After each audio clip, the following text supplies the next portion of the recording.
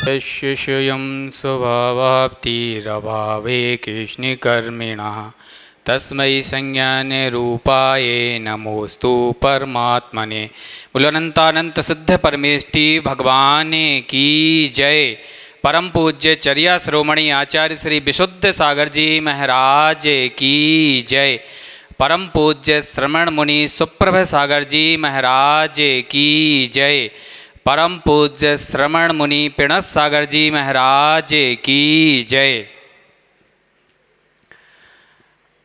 सुप्रभ उवाच और सुप्रभ YouTube channel के माध्यम से सम्यक समाधान के इस कार्यक्रम में जुड़े हुए सभी श्रद्धालुओं का हार्दिक स्वागत करता हूं।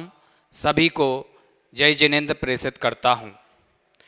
जैसा कि हम सभी को विदित है कि परम पूज्य चर्या श्रोमणी आचार्य श्री विशुद्ध सागर जी महाराज के परम प्रभावक शिष्य परम पूज्य श्रमण मुनि श्री सुप्रभ सागर जी महाराज सम्यक समाधान के अनूठे और अद्वितीय कार्यक्रम के माध्यम से हम सभी को अपनी आध्यात्मिक धारा के द्वारा आगम के आलोक में नित्य प्रति संबोधित कर रहे हैं, हमारा मार्ग प्रशस्त कर रहे हैं और अपने ओजस्वी तेजस्वी वाणी के द्वारा जहाँ जन मन को झंकृत कर रहे हैं, वहीं आगम के आलोक में जो शंका समाधान जिसका नाम है सम्यक समाधान, जो कि विगत वर्ष जब पूज्य श्री का ललितपुर में चातुर्मास हुआ था, उस समय मुकुट सप्तमी के दिन इस कार्यक्रम की शुरुआत हुई थी और वह मुकुट सप्तमी आने वाली भी है। एक वर्ष इस कार्यक्रम को होने वाला है।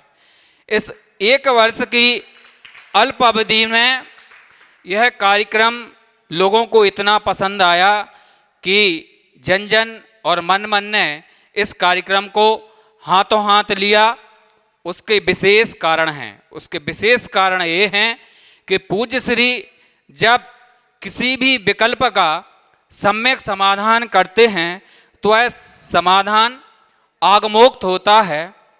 आचार्यों ने ऐसा कहा है, उस शास्त्र में ऐसा कहा है, इसलिए मैं ऐसा समाधान प्रदान कर रहा हूँ। ऐसा पूज्य श्री के मुख से आप और हमने सुनते हुए देखा है, सुना है। सागरवास वालों का ये परम अहोभाग्य सौभाग्य है कि ऐसे विशिष्ट चर्या और विशिष्ट ज्ञान ध्यान तपोरक्त की जो परिभाषा आचार्य समर्थभट्ट स्वामी ने कही है, उसका अनुपालन करते हुए जो निरंतर हमारा मार्गदर्शन कर रहे हैं, ऐसे पूज्य श्री का चातुर्मास का सौभाग्य आपको प्राप्त हुआ है। निश्चित रूप से सौभाग्यशाली हैं। तो चलिए चलते हैं आज के सम्यक समाधान में। भारतवर्ष के विभिन्न अंचलों से आए हुए विविधतामयी विविध क्षेत्रों से अनेक सैद्धांतिक और व्यवहार पक्ष को लेकर के आए हुए विकल्पों का समाधान हम पूज्य मुनि श्री सुप्रभ सागर जी महाराज से जानेंगे। तो आपके मन मस्तक को हम ले चलते हैं पूज्य मुनि श्री सुप्रभ सागर जी महाराज के चरणों में। वो समाधान प्राप्त कर हमें प्रदान करेंगे और आज के विधिवत रूप से संचालन के लिए निवेदन कर रहे हैं परम पूज्य मुनि श्री पिणस सागर जी महाराज के चरणों में आप सबकी ओर से अपनी ओर से विनय पूर्वक नमोस्तु निवेदित करते हुए पूज्य श्री आज के सम्यक समाधान को गति प्रदान करने की अनुकंपा करें। नमोस्तु गुरुवर, नमोस्तु। पंच परमेष्टि भगवान की परम पूज्य आचार्य भगवंत गुरुवर विशुद्ध सागर जी मुनि महाराज की परम पूज्य मुनि श्री सुप्रभ सागर जी महाराज की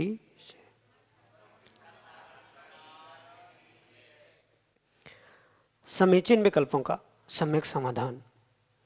सम्यक ज्ञान की एक ऐसी अनूठी विधा जिसके माध्यम से हम अपने मन में उठने वाले उन अनेकानेक समीचीन विकल्पों का सम्यक समाधान परम पूज्य मनुश्री के मुखारविंद से प्राप्त कर रहे हैं। देश के विभिन्न प्रांतों से अनेकानेक समीचीन विकल्प हमें यहाँ प्रतिदिन प्राप्त हो रहे हैं और परम पूज्य मनुश्री उनका आगमोक्त विधि से हम सबको सम्यक समाधान प्रदान कर रहे हैं। प्रारंभ करते हैं आज का सम्यक समाधान। और आज का पहला विकल्प जयपुर राजस्थान से नेमीचंद छावड़ा परम पूज्य मनुश्री के चरणों में बारंबार नमोस्तु निवेदित करते हुए अपना समीचीन विकल्प रख रहे हैं कि महाराज जी, यह जीव विषय भोगों से तृप्त क्यों नहीं होता है। ज्यों ज्यों विषय भोग मिलते हैं त्यों त्यों भोग भोगने की तृष्णा अधिक बढ़ती जाती है। इस जीव की भोगों की लालसा कैसे छूटे।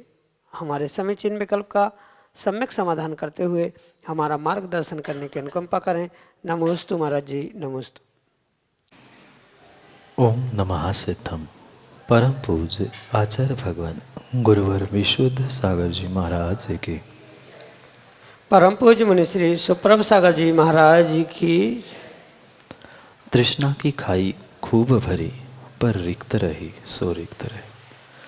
व्यक्ति उस तृष्णा की, भोगों की, आकांक्षाओं की खाई को उस तृष्णा, भोग और आकांक्षा से ही भरना चाहता है, जो कि कभी भी संभव नहीं। उस भोगों की, आकांक्षाओं की, तृष्णा की जो खाई या जो गहराई हमने प्राप्त की है, वह संसारी जीवों को उस तृष्णा, भोगों से कभी भी बंद करने की शक्ति नहीं है। अपितु उस तृष्णा को, भोगों को छोड़ने से ही, आकांक्षाओं का त्याग करने से ही वह खाई या वह गड्ढा भर सकता है या व्यक्ति भोगों से उभर सकता है। अगर कोई व्यक्ति सोचे, चाहे कि अग्नि को बुझाने के लिए हम उसमें तेल या घी डालें और अग्नि बुझ जाए, तो वह कभी भी संभव नहीं होती। जैसे अग्नि में डाली गई वह तेल, अग्नि में डाला गया घी उस ईंधन को और प्रज्वलित करते हुए अग्नि को और बढ़ाता है, बिल्कुल ऐसा ही भोगों की उस अग्नि में, भोगों के इस खाई में जितना जितना भोगों को और जितना जितना उन आकांक्षाओं को, इच्छाओं को भरा जाएगा, उतना उतना ही वह भोगों की और आकांक्षाओं की अग्नि और भी प्रज्वलित होती रहती है। और ये व्यक्ति का भ्रम है कि वह भोग भोगने से संतुष्ट होकर आगे भोगों से छुटकारा पा लेगा, पर ये उसकी मिथ्या मान्यता है। भोग भोगने से, भोगों को या उस तृष्णा को पुनः पुनः प्राप्त करने से कभी भी वो भोग या तृष्णा, आकांक्षाएं समाप्त होने वाली नहीं है। पर कहीं ना कहीं उस भोगों को और तृष्णा आदि को हम पहले से ही सम्यक निर्णय करके उसे रोकने का प्रयास करें, उस भोगों से, आकांक्षाओं से बुद्धिपूर्वक दूर होने का प्रयास करेंगे, तो क्रम क्रम से वह हमारा अनादिकाल का जो भोग भोगने का, तृष्णा के खाई में डूब मरने का जो अनादिकाल का हमारा संस्कार है, वह तभी छूट पाएगा जब जिस प्रकार से हम उससे पृथक होने का, अलग होने का पुरुषार्थ करेंगे। बुद्धिपूर्वक अगर उन भोगों से, तृष्णा से, आकांक्षाओं से, इच्छाओं से अगर व्यक्ति दूर नहीं हो पाएगा किसी भी प्रकार से, तो हमेशा के लिए वह आने वाले समय में और भोगों को बढ़ाएगा। जैसे तेल और घी डालने से अग्नि और प्रज्वलित होती है, ऐसे ही भोग भोगने से, इच्छा आकांक्षाओं को करने से वह भोगों की, आकांक्षाओं की अग्नि और प्रज्वलित होती है। उसको बुझाने के लिए जैसे पानी की आवश्यकता है, ऐसे ही भोगों की, तृष्णा की अग्नि को, खाई को बुझाने के लिए जिनवाणी की आवश्यकता है। जो उस जिनवाणी के माध्यम से सम्यक निर्णय करेगा कि भोग भोगने से पाप आप प्राप्त हो रहा है, पापों से पुनः ये गतियों से पुनः वह इंद्रियों से पुनः भोग, ये अनादि से चलने वाला चक्र तोड़ने के लिए एक में स्वयं का सम्यक निर्णय, समीचीन निर्णय और साथ साथ जिनवाणी का आलंबन, इसकी आवश्यकता है। जो जिनवाणी के स्वाध्याय करते करते इस भोगों से दूर होना चाहता है, वही उस भोगों को जीतकर, भोगों को बंद करते हुए, भोगना बंद करते हुए ही आगे प्रवृत्त हो सकता है। यही आपके लिए सम्यक समाधान। निखिल जैन, बांसा, दमोह, मध्य प्रदेश से मुनिश्री के चरणों में बारंबार नमोस्तु निवेदित करते हुए अपना समीचीन प्रश्न रख रहे हैं कि महाराज जी, ऐसा कहा जाता है कि कुंती और माद्री ने यमराज को बुलाकर इंद्रों से पुत्र मांगे थे। 5 पांडव उन्हीं की देन हैं, ऐसा कहा जाता है, तो क्या यह सही है? हमारे समीचीन विकल्प का सम्यक समाधान करने की अनुकंपा करें। नमोस्तु महाराज जी, नमोस्तु। महाभारत और रामायण आदि को लेकर बहुत सारे दर्शनों की बहुत सारी कल्पनाएं हैं और उन कल्पनाओं को लेते हुए ही उन्होंने अपने अपने सिद्धांत, कथानक आदि बनाए और बहुत सारी जो उनकी मान्यता है वो बहुत सारी मान्यताएं मिथ्या मान्यताएं। अगर उन मान्यताओं को, उन कथानकों को थोड़ा सा भी बुद्धिपूर्वक सोचते हुए, विचार करते हुए अगर उसकी सत्यता परखने का प्रयास किया जाए तो वास्तविकता में वह घटना होना ही संभव नहीं है। पर फिर भी कुछ उनकी जो मान्यता है, उन मिथ्या मान्यताओं के कारण से ही उन्होंने तथाकथित अपने अपने कथानक बनाए हैं। पर वास्तविकता में देखा जाए, क्या ऐसा संभव है? मैं आपसे ही पूछना चाहता हूँ, क्या इंद्रों से मांगने से, किसी के देवों को मांगने से क्या किसी को पुत्र रत्न की प्राप्ति हो सकती है? और अगर फिर देवों को, इंद्रों को मांगने से ही पुत्रों की या संतान की प्राप्ति होती तो व्यक्ति वह काम पुरुषार्थ रूपी पाप करता ही क्यों? फिर बिना पाप किए, बिना काम पुरुषार्थ किए ही जब ऐसे ही देवों को, इंद्रों को प्रसन्न करके पुत्रों की या संतानों की प्राप्ति होना प्रारंभ हो जाएगी तो संसार में कोई पाप करते हुए, उस काम पुरुषार्थ को करते हुए देखा ही नहीं जाएगा। पर ऐसा नहीं होता। कभी भी किसी भी प्रकार से वह देवों को, इंद्रों को मांगने से पुत्रों की प्राप्ति नहीं होती।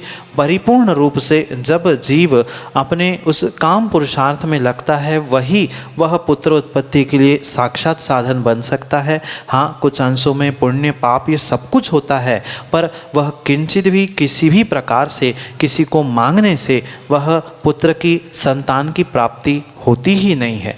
अगर ऐसा होता तो फिर कोई भी पाप करते हुए या काम पुरुषार्थ करते हुए नहीं देखा जाता।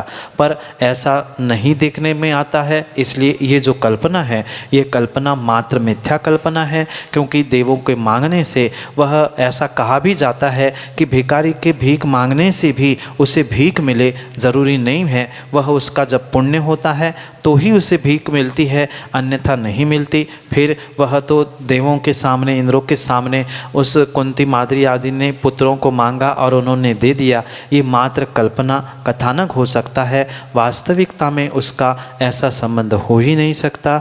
यही आपके लिए सम्यक समाधान। अगले समीचीन विकल्प के लिए गुरुग्राम, हरियाणा से प्रेमचंद जैन अपने ऑडियो मैसेज के साथ हमारे सामने। नमोस्तु महाराज जी, नमोस्तु महाराज जी, नमोस्तु महाराज जी। मैं फरूखनगर, गुरुग्राम, हरियाणा से बोल रहा हूँ।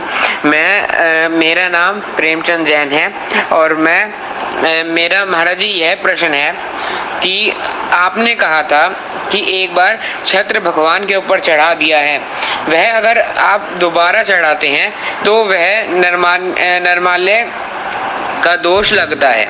मगर किसी ने महाराज जी से प्रश्न करा था कि एक छत्र चढ़ाने के बाद दोबारा चढ़ा सकते हैं क्या? तो उन्होंने कहा कि ये कमेटी की व्यवस्था है, क्योंकि किसी के नया छत्र चढ़ाने की शक्ति नहीं हो तो वह कमेटी से रसीद कटवाकर छत्र दोबारा चढ़ा सकता है, उसमें कोई दोष नहीं है। तो मेरा मार्गदर्शन कीजिए। प्रेमचंद जी, पहली बात तो ये है कि किसी के भी कारण से, किसी के भी निमित्त से आगम बदला नहीं जाएगा। जो आगम में पूर्वाचार्यों ने कहा है वो ही परम सत्य है। अब कौन उसे किस प्रकार से ग्रहण कर रहा है, किस प्रकार से उसको उद्घाटित कर रहा है, वह उसका व्यक्तिगत विषय है। पर मैं तो पहले से ही कहता हूँ कि सम्यक समाधान में मात्र आगम के परिप्रेक्ष्य में ही समाधान दिया जाएगा। पूर्वाचार्यों ने उस पुनः चढ़ाए हुए छत्र को, चाहे आप अपनी शक्ति नहीं होने के कारण से कमेटी में शक्ति के अनुसार पैसे जमा करते हुए वही चढ़ाया हुआ ही द्रव्य चढ़ाया जा रहा है, तो वह परिपूर्ण रूप से निर्माल्य के ही कोटि में आएगा। और इस बात को अगर कमेटी भी जानती है तो कमेटी भी उस निर्माल्य के सेवन में भागीदारी अनुमोदन करने वाली होने से उनको भी उसका कहीं ना कहीं कुछ ना कुछ अंशों में अवश्य ही दोष लगेगा। अगर हम ऐसा समझेंगे तो जिनकी शक्ति चावल बादाम चढ़ाने की नहीं है, वो वही चढ़े हुए बादाम उठा के लाकर पुनः कमेटी अगर दे रही है तो क्या वह चढ़ाने योग्य है? नहीं है। ऐसी भले ही वह छत्र चांदी का क्यों ना हो, शक्ति भले ही क्यों ना हो, पर अगर चढ़े हुए वस्तु को पुनः चढ़ाया जा रहा है तो आगम के परिप्रेक्ष्य में उसे तो मात्र निर्माल्य के ही कोटि में ग्रहण करना होगा। फिर वर्तमान में किस जीव की कितनी शक्ति है, वह किस प्रकार से दान कर रहा है, किस प्रकार से कौन सा द्रव्य चढ़ा रहा है, ये उस व्यक्ति की व्यक्तिगत दृष्टि, व्यक्तिगत सोच हो सकती है। पर व्यक्तिगत सोच, व्यक्तिगत दृष्टि, व्यक्तिगत व्यवस्था, स्थानीय व्यवस्था आगम की व्यवस्था से परिपूर्ण भिन्न है। आगम की व्यवस्था तो यही है जो पूर्वाचार्यों ने बताई है, वह किसी भी प्रकार से एक बार चढ़ाया हुआ द्रव्य पुनः प्रयोग में लाया जा रहा है तो वह परिपूर्ण रूप से निर्माल्य की ही कोटि में आएगा। ठीक है, हमारी शक्ति नहीं है, हम इतना कर सकते हैं कि हम दान स्वरूप वह रिसीट बना ले कि हमारे 500 रुपये छत्र चढ़ाने की राशि में जमा कर लो। फिर जब कभी वह कमेटी बड़ा छत्र चढ़ाएगी उसमें आपके उस 500 रुपये को जोड़कर वह बचे हुए जैसे ऐसे 500, 1000, 2000 जैसी जितने शक्ति के अनुसार दान दिया है उनको मिलाकर अगर वह छत्र नया बनाकर चढ़ा रही है तो ही आप उस दोष से और कमेटी भी उस दोष से टल सकती है। अन्यथा अगर वही 500 रुपये के हिसाब से छोटा सा छत्र 2000 रुपये से बड़ा छत्र वही निकाला, वही पिन से पुनः टांग दिया, तो ये आगम की व्यवस्था नहीं है। आपकी क्षेत्र की आदि की जो जैसी व्यवस्था हो वो अपनी व्यवस्था समझे, पर आगम के परिप्रेक्ष्य में यह किंचित भी व्यवस्था है ही नहीं है कि जो एक बार चढ़ाया हुआ शक्ति नहीं है सो दूसरे का द्रव्य या वही निकाल कर पुढ़ा चढ़ाना, ये किसी भी प्रकार से आगम के परिप्रेक्ष्य में योग्य नहीं है। शक्ति नहीं है, हम रसीद भले बहुत अच्छी बात है हम रसीद काटे, पर रसीद काटने पर भी अगर उतने में आप स्वयं सोचे हमने 500 रुपये छत्र चढ़ाने के लिए दिए और आज चांदी की कीमत कितनी है और उस कीमत के अनुसार वो छत्र जो चढ़ा रहे हैं वह उसकी क्या कीमत होगी। और मात्र चढ़ाने का मतलब इधर से उठाकर उधर रखना नहीं है, ये मात्र छत्र के विषय में नहीं अपितु बहुत सारे द्रव्यों के साथ उसे हमें घटित करते हुए समझने की आवश्यकता है। जो एक थाली से दूसरे थाली में चढ़ाया जाने वाला वही अगर मंदिर से उठाई हुई थाली है, वहाँ बनाई हुई थाली वहाँ से उठा के हमने चढ़ाया तो वो भी आगम के परिप्रेक्ष्य में योग्य नहीं। भले ही हम जेब से उसके बदले में उसके दुगने पैसे डाल रहे हैं, पर आचार्य भगवान तो यही कहते हैं स्वयं का द्रव्य लाए, स्वयं का द्रव्य का शोधन किया जाए, स्वयं ही उस द्रव्य का शोधन प्रासुकीकरण करने के बाद फिर उसको चढ़ाया जाए। वह स्थानीय परंपरा भिन्न हो सकती है, क्षेत्रीय परंपरा भिन्न हो सकती है, पर आगम की परंपरा ये है और इसी प्रकार से व्यक्ति को जीना होगा तो ही वह कर्म बंध से बच सकता है, अन्यथा कहीं ना कहीं वह उस निर्माल्य के गिरफ्त में आ ही जाएगा। इसलिए उत्कृष्ट बात यही है जिसकी शक्ति नहीं है वह मात्र उस छत्र आदि चढ़ाने के लिए अपनी राशि स्वीकृत करते हुए उतना दान वहाँ जमा कर दे, पर हम ही जाके उसको चढ़ाए, ये आपको पुण्य की जगह पाप ही देने वाला हो सकता है। जितनी हमारी शक्ति है 100 रुपये, 50 रुपये हम छत्र चढ़ाने के लिए जैसे अनेक प्रकार के फंड होते हैं वह रसीद में स्पष्ट लिख के हम जमा करा दे कि हमारे 200 रुपये, 500 रुपये इस कार्य के लिए प्रयोग किए जाए। जब कमेटी उस कार्य को संपन्न करे तो उसमें उसको गर्भित करते हुए वह राशि के साथ वह द्रव्य खरीद के फिर नया चढ़ाए तो दोनों भी उस निर्माल्य से वंचित हो सकते हैं, यानी दोनों भी उस दोष से बच सकते हैं।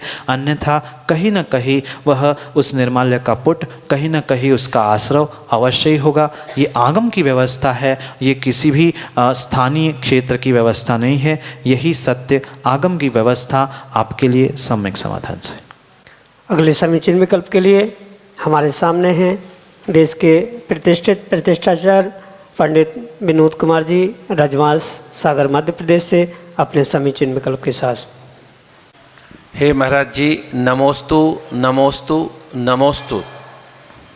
मैं अनेक कार्यक्रम में सम्मिलित हुआ हूँ और अनेक शंकाएं भी रखी हैं, जिज्ञासा रखी है और मुझे सम्यक समाधान भी मिले हैं।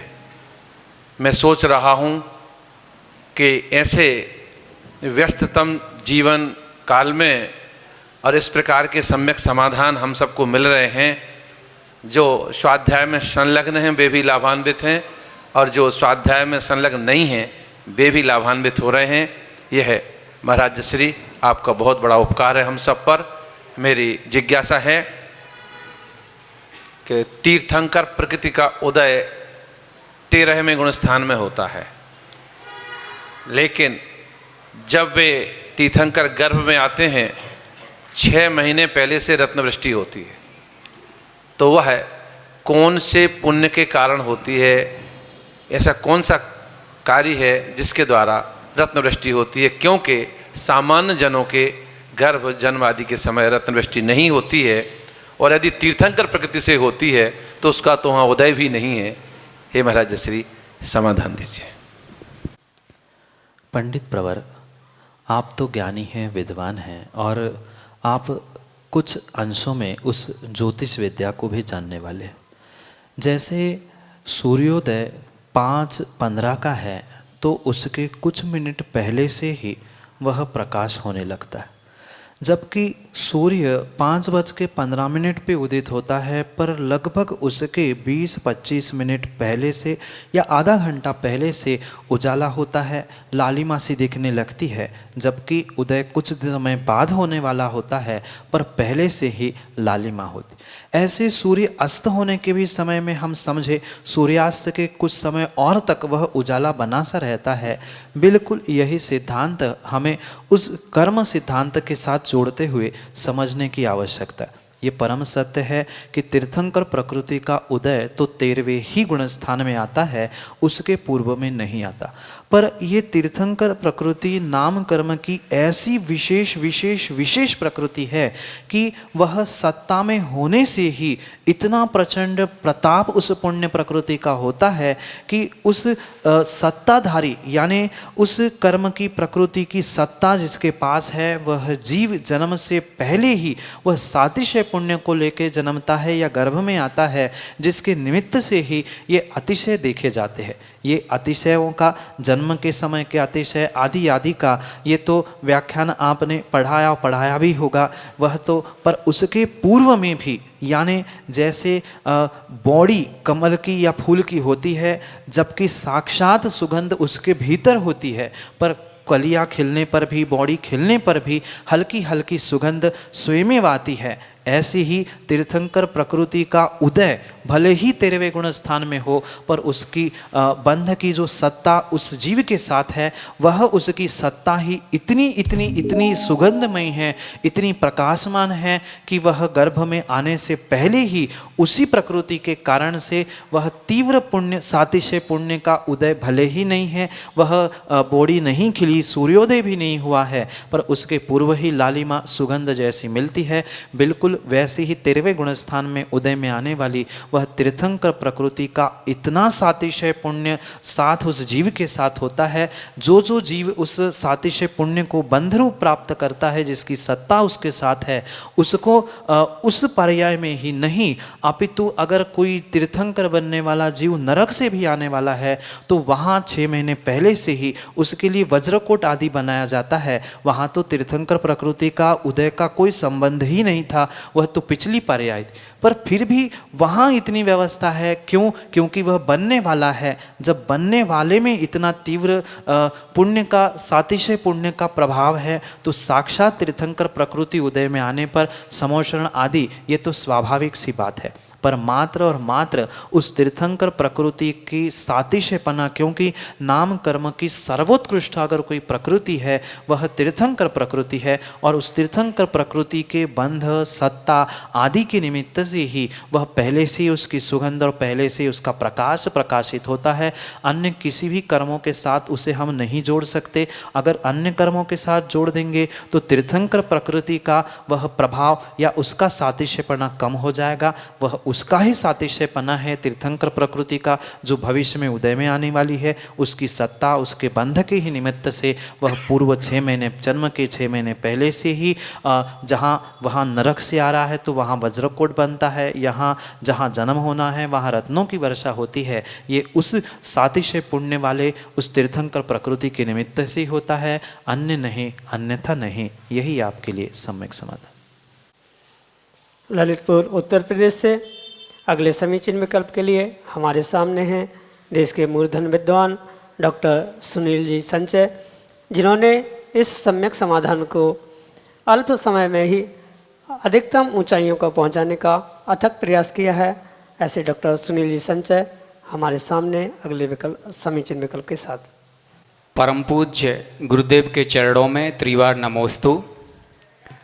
परम पूज्य गुरुदेव, जब से सम्यक समाधान का कार्यक्रम प्रारंभ हुआ है, मेरा सौभाग्य रहा है कि प्रारंभिक दिनों से ही मुझे इस कार्यक्रम से जुड़ने का सौभाग्य, आपके चरणों में रहने का सौभाग्य प्राप्त हुआ है। व्यक्तिगत रूप से मुझे इससे बहुत लाभ प्राप्त हुआ है। वहीं जो भारतवर्ष के विभिन्न स्थानों से जो प्रतिक्रियाएं आ रही हैं, इतने कम समय में सम्यक समाधान का यह कार्यक्रम पूरे भारत में घर घर में सुना जाने लगा है, ऐसी प्रतिक्रियाएं हमारे पास आती हैं। यही नहीं, ना केवल दिगंबर संप्रदाय के बल्कि श्वेतांबर संप्रदाय के भाई भी इस सम्यक समाधान को YouTube चैनल पर बड़े ही गौर से और ध्यान से सुनते हैं। निश्चित रूप से यह आपकी आगमोक्त प्रांजल भाषा और विधिवत रूप से जो सरल सहज रूप में विशिष्ट कठिन जो दार्शनिक शब्द होते हैं या सैद्धांतिक प्रश्न होते हैं, उनका बड़े ही सहज सरल रूप में जो उत्तर देते हैं, उसी के कारण ही आपके चरणों में भक्तगण श्रद्धापूर्वक नतमस्तक हो जाया करते हैं।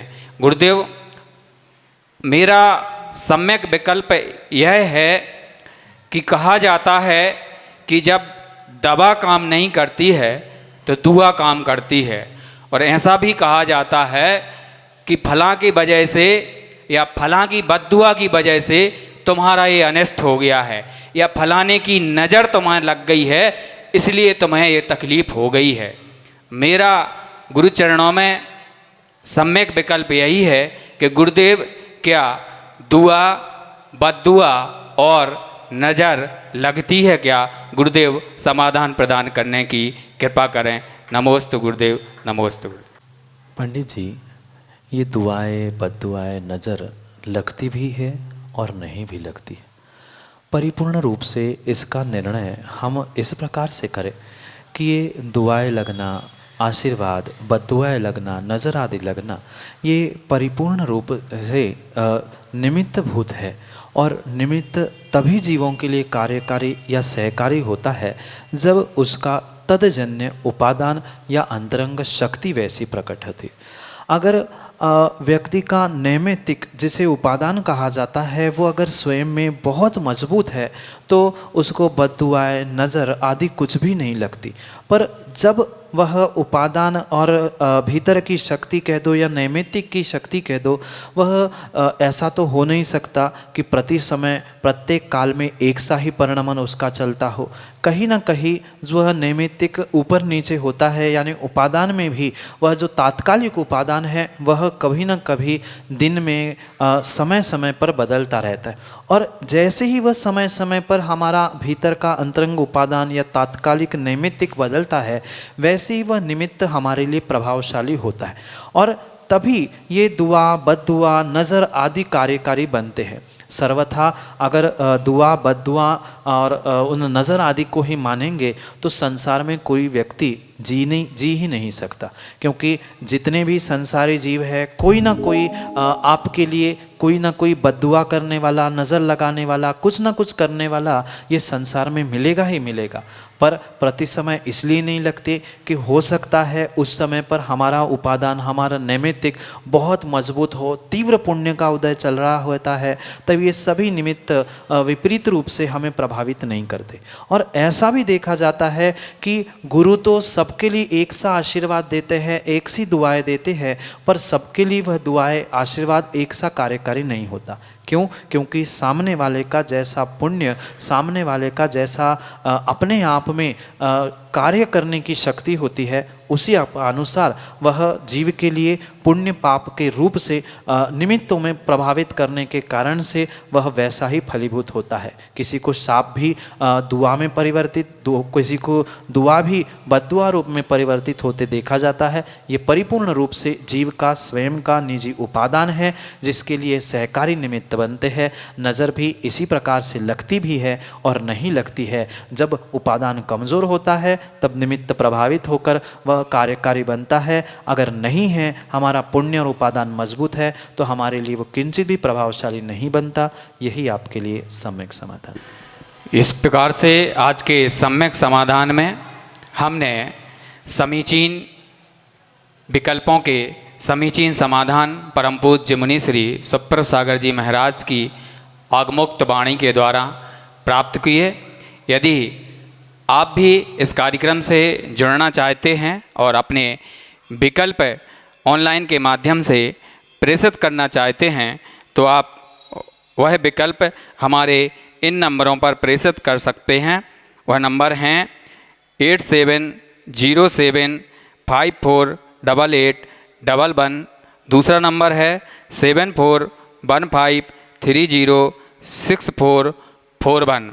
साथ ही आपसे आग्रह है कि हमारे सुप्रभ उवाच यूट्यूब चैनल को सब्सक्राइब अवश्य करें। साथ ही सुप्रभ उवाच फेसबुक पेज को भी लाइक करें, ताकि परम पूज्य मुनिद्वय जहाँ भी विराजमान हो वहाँ से आपको उनके सानिध्य में आयोजित हो रहे प्रभावनामयी आयोजनों की अपडेट निरंतर मिलती रहे।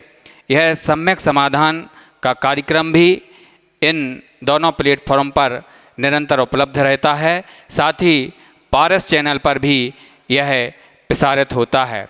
साथ ही परम पूज्य मुनि श्री सुप्रभ सागर जी महाराज की मंगलवाणी प्रतिदिन शाम को 7:40 पर जिनवाणी चैनल पर प्रसारित होती है। उससे भी लाभान्वित होते रहें। आप खुद जुड़ें, दूसरों को जोड़ें और अपने जीवन को मंगलमय बनाएं। इन्हीं भावनाओं के साथ आज के इस सम्यक समाधान के कार्यक्रम से जुड़े हुए सभी श्रद्धालुओं की ओर से परम पूज्य मुनिद्वय के चरणों में कोट सा नमोस्तु करते हुए आज के कार्यक्रम को यहीं संपन्न करने की पूज्य गुरुदेव के चरणों में अनुमति चाहेंगे। नमोस्तु गुरुदेव, नमोस्तु गुरुदेव, नमोस्तु गुरुदेव।